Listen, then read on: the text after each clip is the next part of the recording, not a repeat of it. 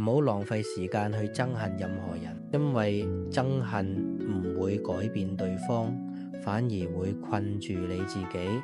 越係記住仇恨，就越係活喺過去，心靈一直冇得呼吸。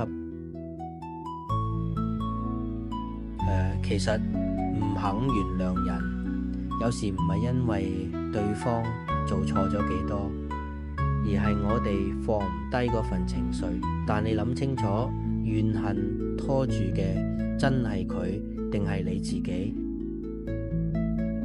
時間係一樣冇得儲嘅資源啊，你用咗就冇得攞返，點解要浪費喺一啲唔值得你再諗嘅人身上？嗰啲時間呢，其實可以用嚟照顧自己、療癒自己，甚至開始新生活。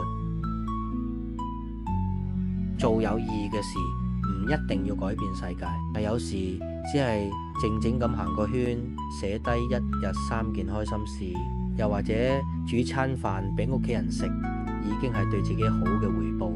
意義唔需要好大，而係你點樣去對待你自己同你身邊嘅人。